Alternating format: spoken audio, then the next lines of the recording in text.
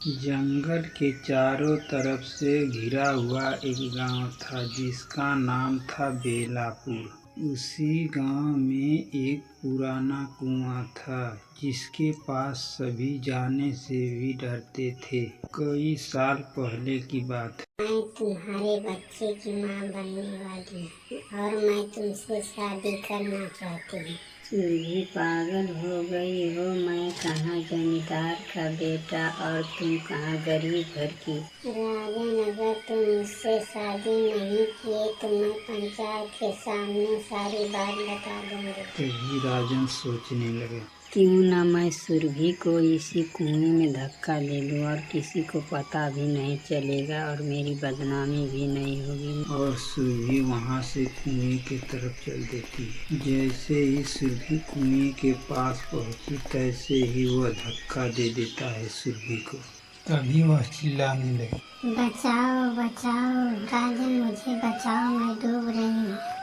और वह कुएं के अंदर डूब जाती। एक दिन शहर से 3 दोस्त आए, राहुल, समीर, नीरा, गांव घूमने के लिए। जब उन्हें कुएं की कहानी पता चली तो वह अंधविश्वास समझा और उन्होंने ठान लिया कि आज रात को हम कुआं देखने के लिए। रात को तीनों कुएं की तरफ निकल पड़े। वहां पहुंचते ही अजीब अजीब सी आवाजें आने लगी। नीरा डरने लगी।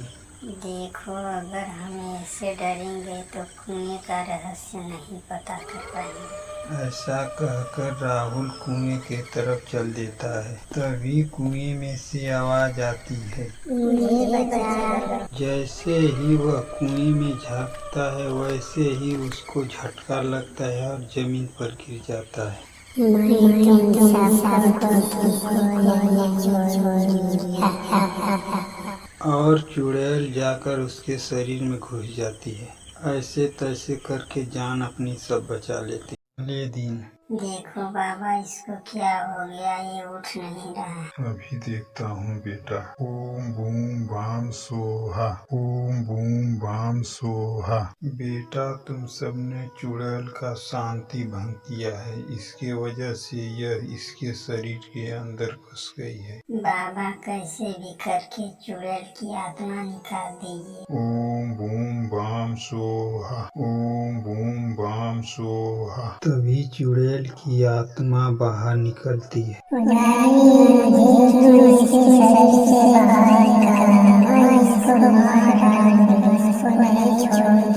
देख चुड़ैल, इन सबको नहीं पता था कुएं के बारे में। ये सब तो शहर से घूमने के लिए आए थे गाँव में। इन सबको माफ कर दे, तुझे मैं शरीर से मुक्ति दिलाऊंगा। तभी चुड़ैल कुएं में चली जाती है और राहुल अच्छा हो जाता है। बेटा, आज के बाद किसी ने भी कुएं के साथ छेड़खानी किया तो उसकी नजरों से कोई नहीं बचेगा।